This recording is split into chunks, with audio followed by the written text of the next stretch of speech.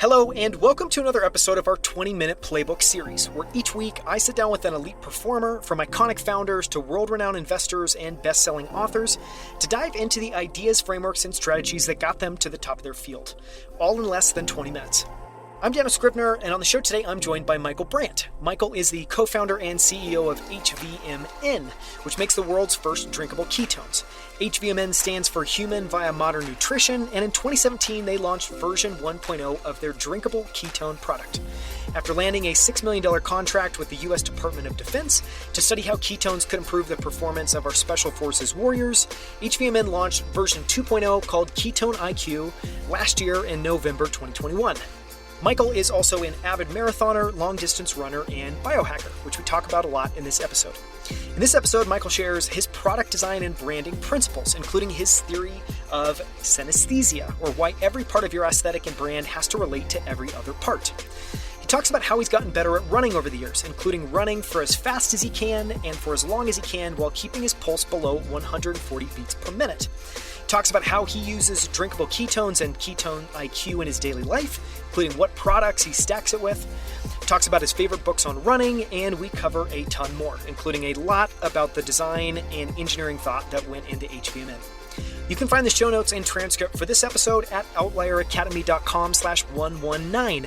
It's 119, and you can follow Michael Brandt on Twitter at BDM_runner. With that, let's dive in and hear Michael Brandt's 20-minute playbook. Michael Brandt, thank you so much for coming back on Outlier Academy, this time for 20-minute playbook. I am thrilled to have you on and to dive into a few questions around performance, habits, books, a bunch of stuff. So thanks for the time. Thrilled to be back. So I want to start, and this is a little bit of a recap. I know we just spent a lot of time talking about your background and what you're building at HVMN. But since this is a new episode, some people might not be familiar. Can you just share a quick sketch of, a little bit about yourself and a little bit about what you're building at HVMN? Sure. My background is I'm from Chicago originally. I studied computer science and product design at Stanford.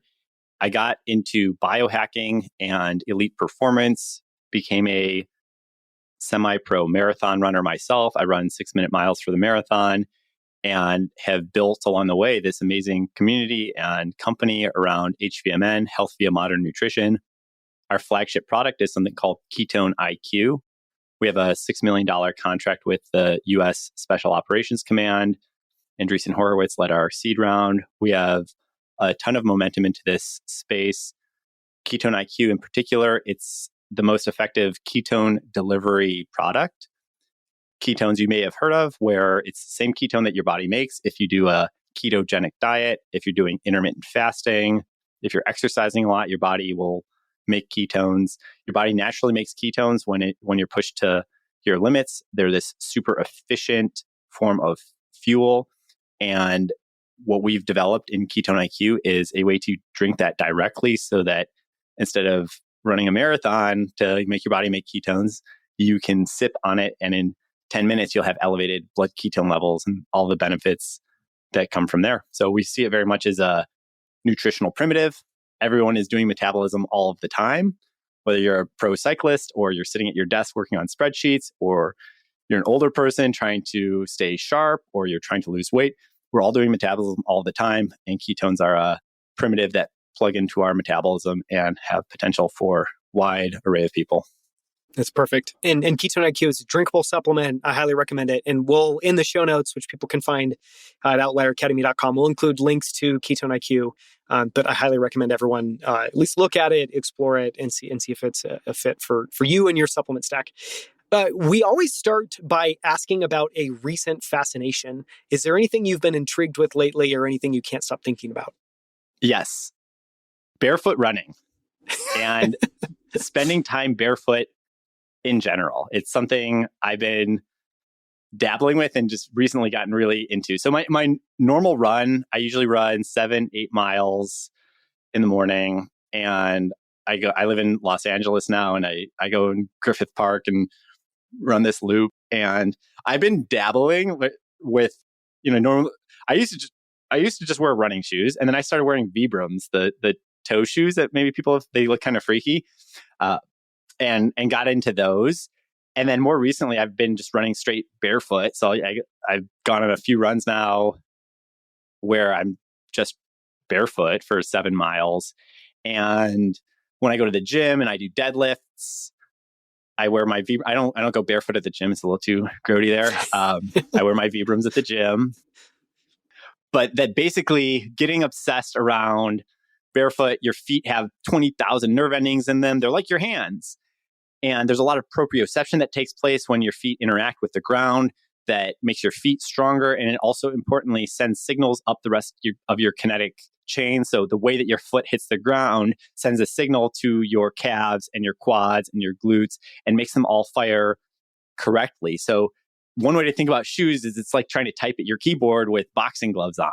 Like you're just not getting the fidelity, resolution of signal that you ought to be getting. And now look, if I'm going to run the Boston Marathon and I want to set a PR, I'm absolutely wearing shoes. Yes, shoes work. They're springs on your feet. They make you work. They make you run quicker for sure. However, when it comes to deadlifting, when it comes to running, your form will be significantly increased and improved if you have that ground feel. I think so, at least. And I think there's some good science to back it up.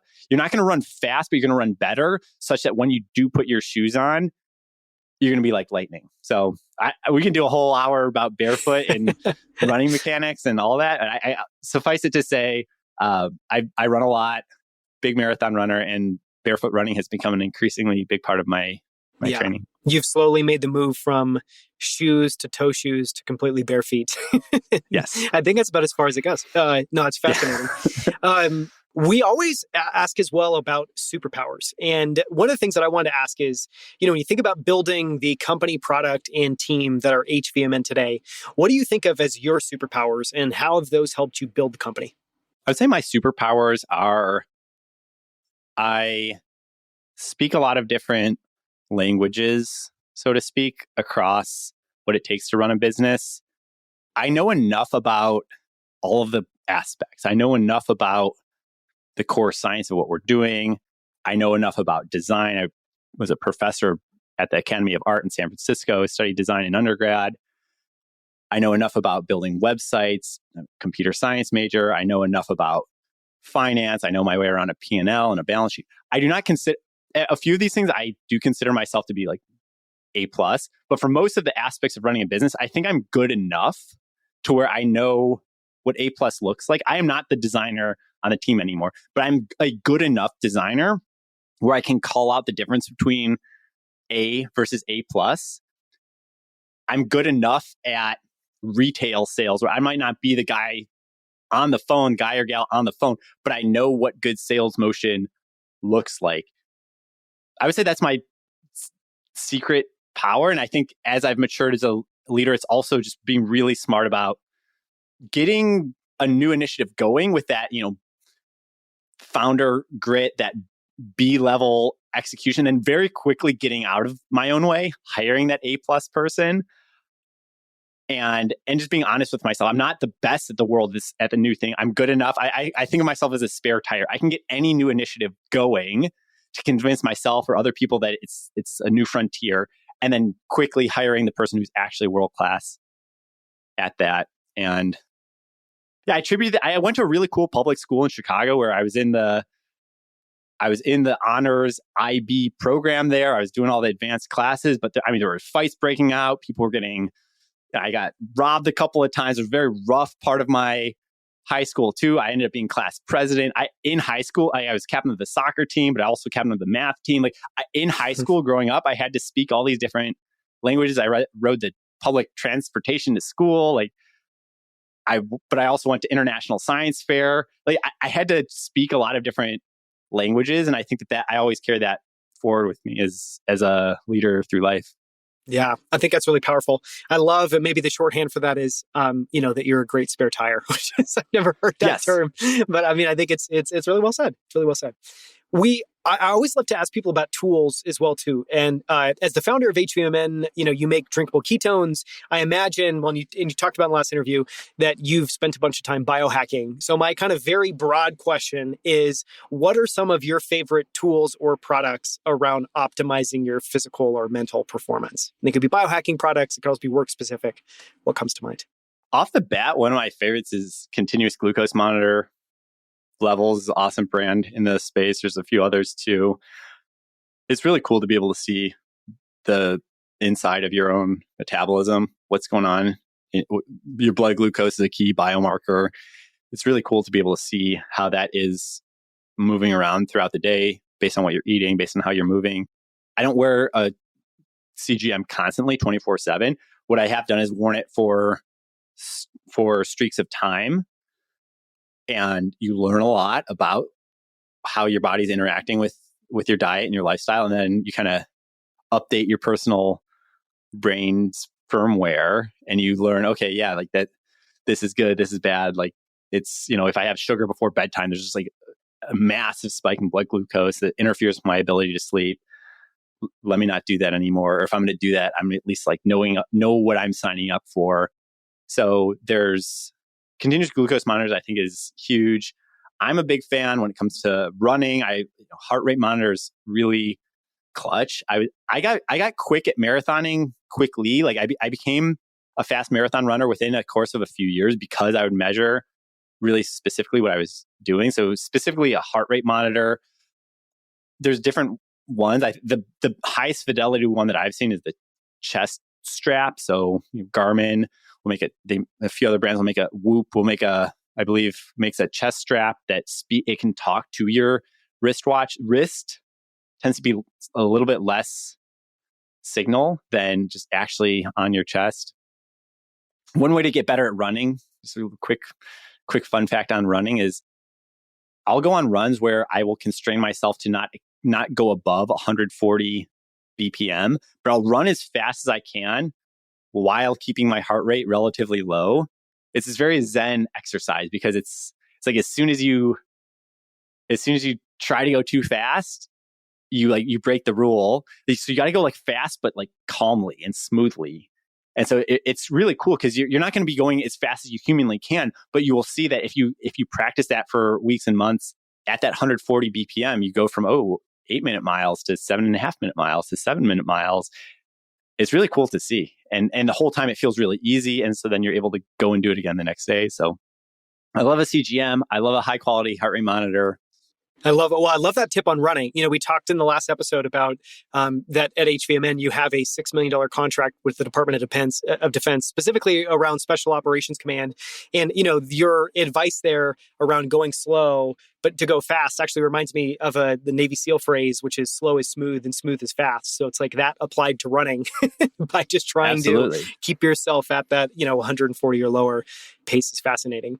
I want to ask you a question specifically around Ketone-IQ. And what I wanted to ask there was, we had talked before about, and you mentioned this in the interview, that people can take Ketone-IQ. It's basically ketones you can just drink that go through your digestive system, get into your bloodstream, cross the blood-brain barrier, and give you really high quality of energy. You can also stack that with caffeine. You can stack that with a nootropic.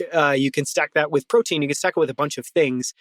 So I guess my questions are, how do you use and how do you take Ketone-IQ day to day? And do you stack it with anything?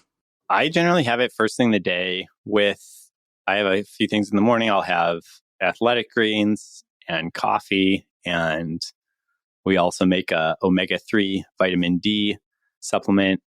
I'll have ketones alongside of those. It's really interesting. We talked a lot on the last episode about how ketones are a substrate. So whenever your body has an energy demand for any type of function, there's some fuel that is providing energy for that demand. And ketones, as this really efficient form of energy, are great for that. So they're this infinitely stackable supplement where like caffeine, you don't want to just have it at night. It's going to keep you up. You want to have it in the morning, not at night. Ketones are more flexible where whatever you're doing throughout the day, ketones can help them. And it's really interesting when you're taking something that's psychoactive in any way, like caffeine causes a psychoactive sense of alertness, right? It's blocking your adenosine. If you're taking caffeine, if you're taking other nootropics, other plant-based medicines, then you're creating an increase in brain activity, and that's creating an increase in brain energy demand. And where's that energy coming from? So ketones plug into all these different nootropics. So my specific answer, I mean, I like caffeine plus ketones, and I think a lot of people are doing interesting things with like microdosing or with breath work or basically anything that you are doing to increase brain activity in some way. The question is, where's that fuel coming from and what's the best form of fuel? And that's where Ketone-IQ is a really interesting addition to that stack. Yeah, it's super interesting. I mean, and that's a really helpful rule to just generalize it to anything that's physical or, I mean, what was fascinating to me about, diving into this more was it really is a way to, it's just the ideal energy source. Anytime you want to operate at your peak, whether under physical stress or mental stress or a little bit of both, or where you want to just be able to be at the top of your physical, capabilities and mental capabilities. So I love that as a generalization. I want to ask a question, which is to talk about the philosophy of how you've built a product. And this is specifically the product, not so much the company. And I'm talking about Ketone-IQ. And, so one, you have a fascinating background in that you've studied product design. You've also studied design. You have a lot of lenses that you're bringing to this work. And so the question that I wanted to ask was, if you had to distill down your product design philosophy into a couple of principles or just a few words, what comes to mind? And I know it's a very difficult question, but the reason I want to ask is, you have it sitting right behind you. Anyone watching the interview can see this. If you're listening, you can't. But right behind Michael's this really beautiful poster of Ketone-IQ, and it is just a beautiful product. And so clearly, there's something that you guys have nailed and gotten very right about product design. I'm curious about the philosophy and principle behind that. Thanks. That's high praise, and there's tens of thousands of hours that go into being good at design, and to distill it down to a couple, I think the one that pops into my mind off the top is it should just work. That explaining is losing. And if you can have a general philosophy for yourself, for your team around sanding down edges, making it so that it requires less explanation, it's more obvious, more easy to use. People don't have to read the manual. It just works. You don't want people to have to spend a lot of cognitive overload understanding your brand. They just won't, is the thing. It's not like, oh, it's going to make their lives hard. Like people are busy. We're in this attention economy. Attention is the ultimate premium. If people have to, read this thing, click on this menu, talk to your support team, like that can be there for the advanced users. I always think about it in levels. Like the product needs to just work out of the box, level 101. You should also have a way for people to double click in. So a QR code on your bottle, your customer success team should be super responsive. You should have hour-and-a-half long podcasts on your own channel and talking to other people where your customers can learn more. Have that 201, 301 level understanding, but you cannot forget most people don't have the attention span for it. If you're going to build a mainstream product, it needs to just work, right? Uber doesn't have there's no onboarding to Uber. It's just, there's a map. Do you want a car? Cool. Tinder. Do you like this person? Swipe left. You don't? Swipe right. Right? Like the best products just work out of the box. Yep. And everyone knows that. But then once it comes down to your own precious baby, it's very easy to forget that.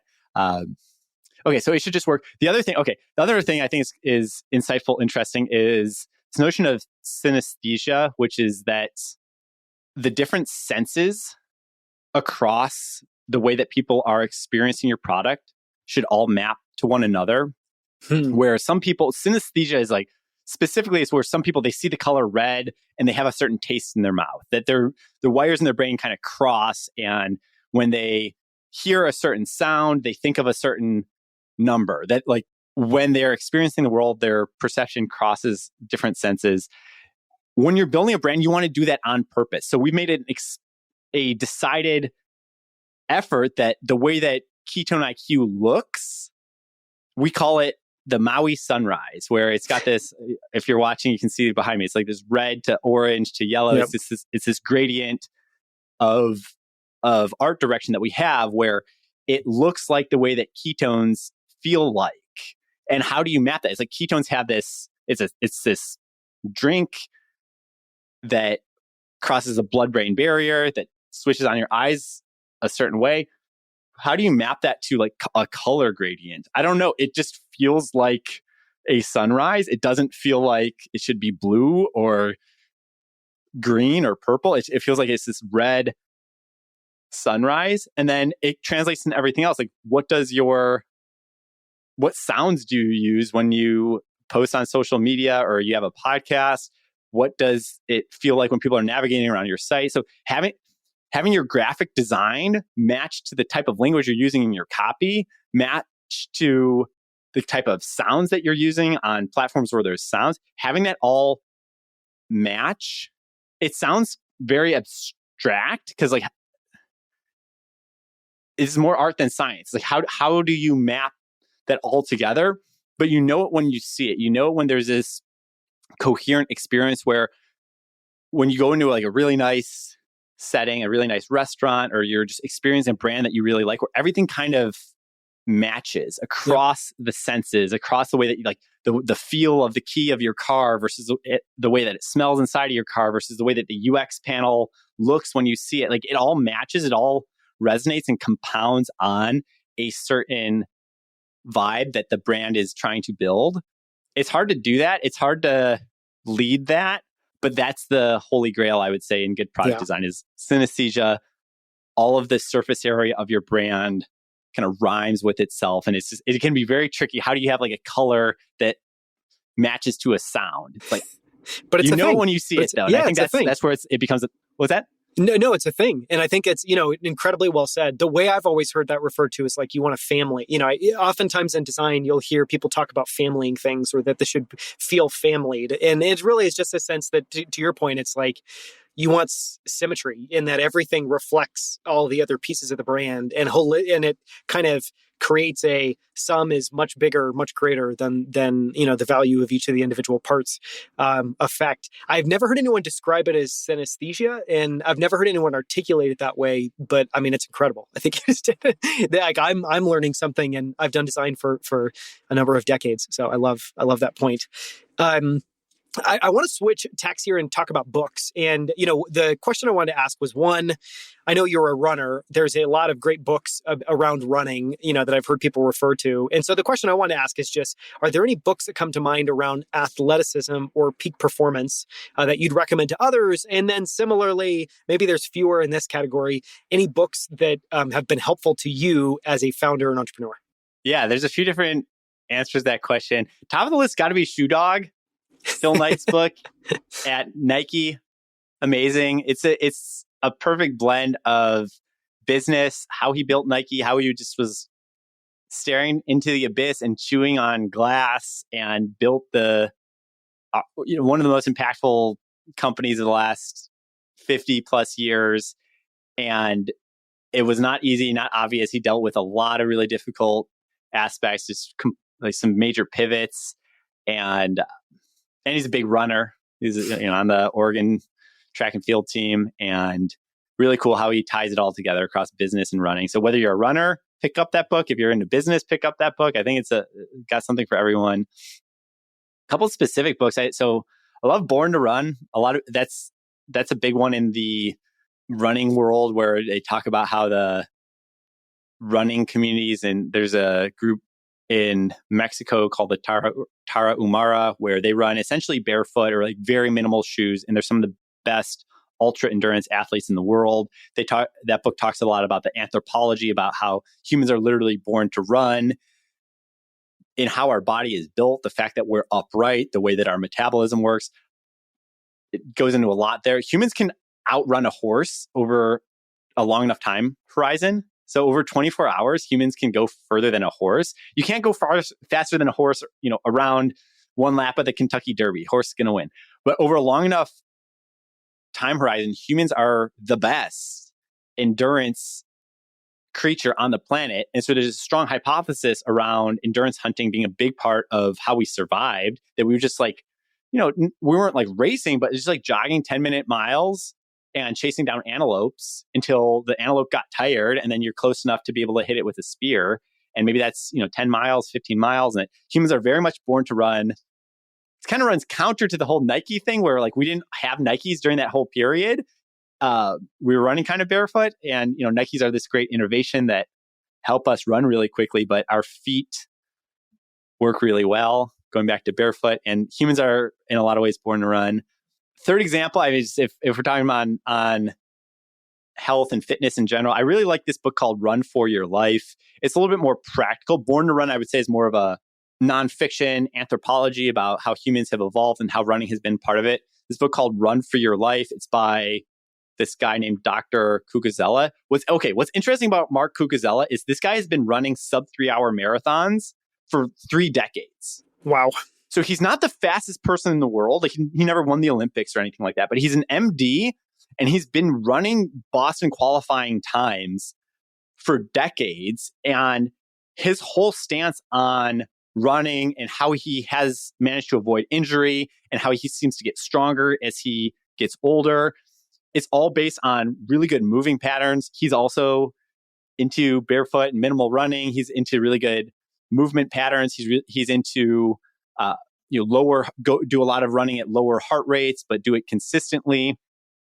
Run for Your Life is a great one. Even if you're not a super serious runner, he talks about how he likes to go golfing, but when he goes golfing, he'll do it barefoot or in super minimalist types of shoes. And just spending more time as a barefoot or close to barefoot human is a big part of how he's been able to have this longevity of career as a elite runner without having major injury. Yeah, those are fantastic books. And you're maybe the second or third person that's recommended Shoe Dog. I still haven't read it, so it's a good nudge that I actually need to read that book. I want to ask for a second, just talk about habits. And, my favorite way to kind of frame this question is always, what tiny habit has had the biggest positive impact on your life or on your performance? I have a couple. One is simple rule of do something active every day. I like it in its simplicity. It is not a hard rule to state. It's not a hard rule to follow.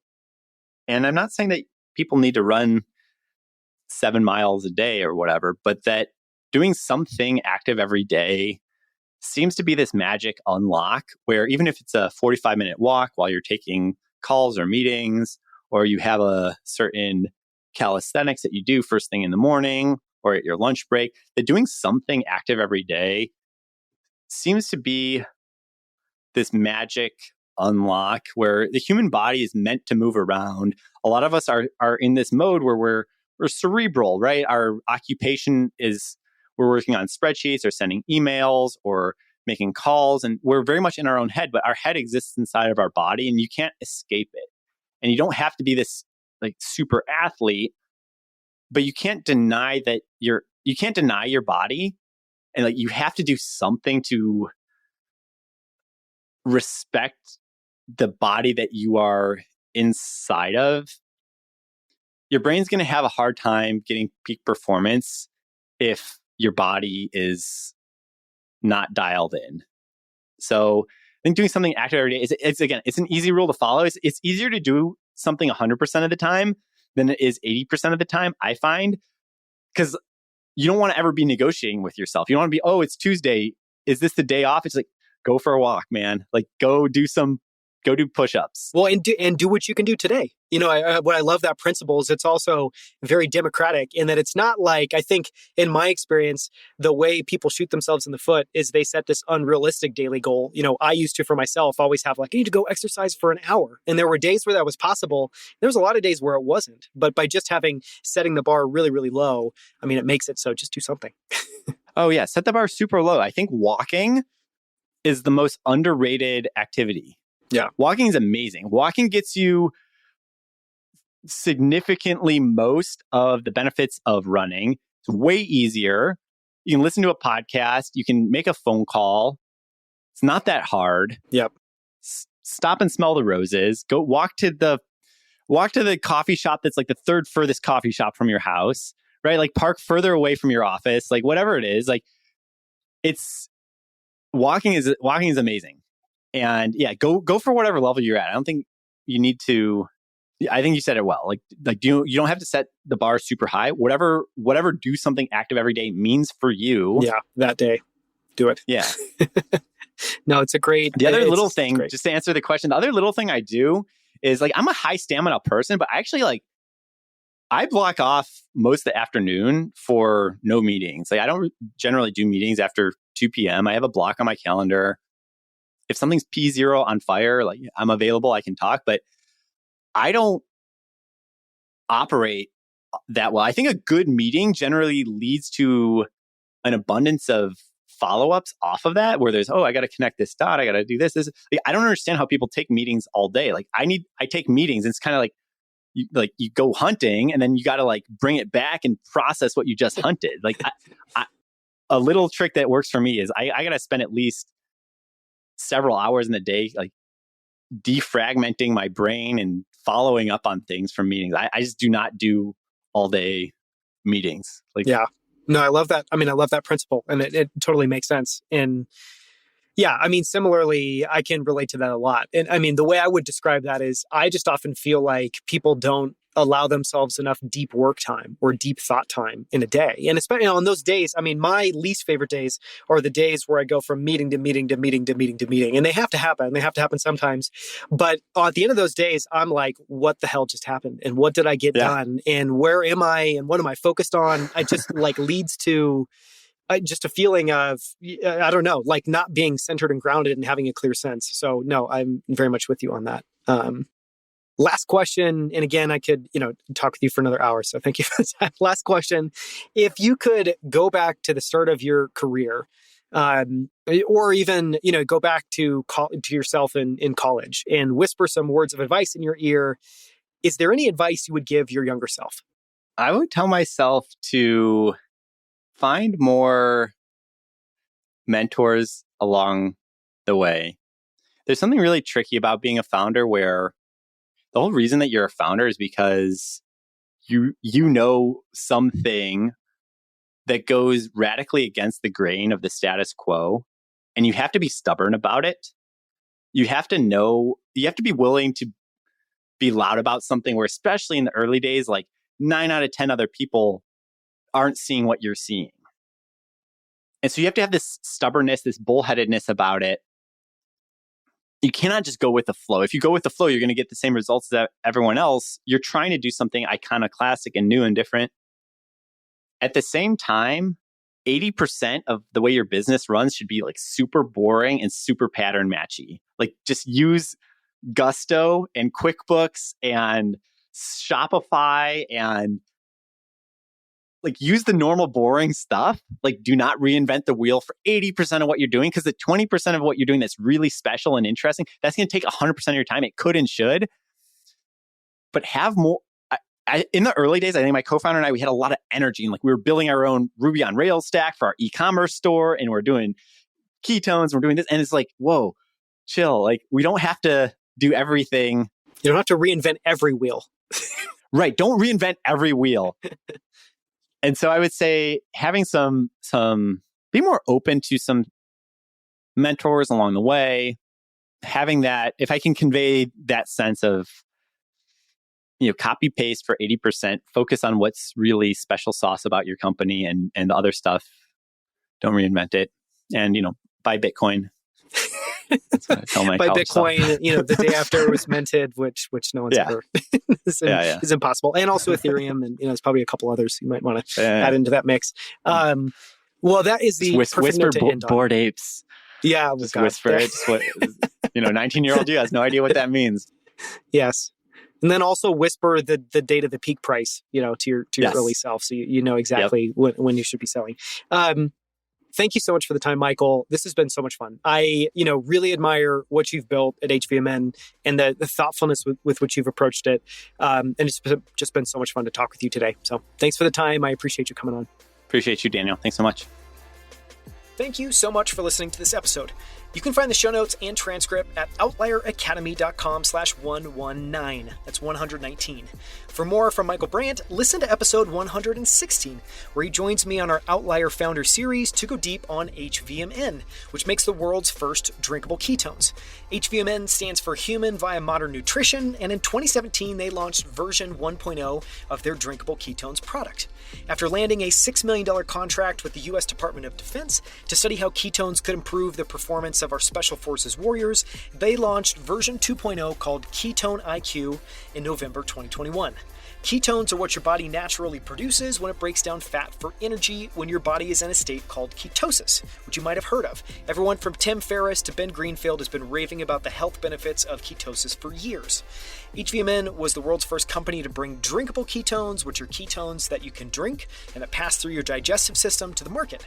And today they're used by everyone from Navy SEALs to Tour de France cyclists, hedge fund investors, athletes, and executives all around the world. For more on HVMN, listen to episode 116 or visit outlieracademy.com/116. You can find videos for all of our interviews, including this one, on YouTube at youtube.com/outlieracademy. On our channel, you'll find all of our full-length interviews as well as our favorite short clips from every episode, including this one. So make sure to subscribe. We post new videos and clips every single week. And if you haven't already, follow us on Twitter and find us on LinkedIn at Outlier Academy. Thank you so much for listening. We'll see you right here with a brand new episode next Friday.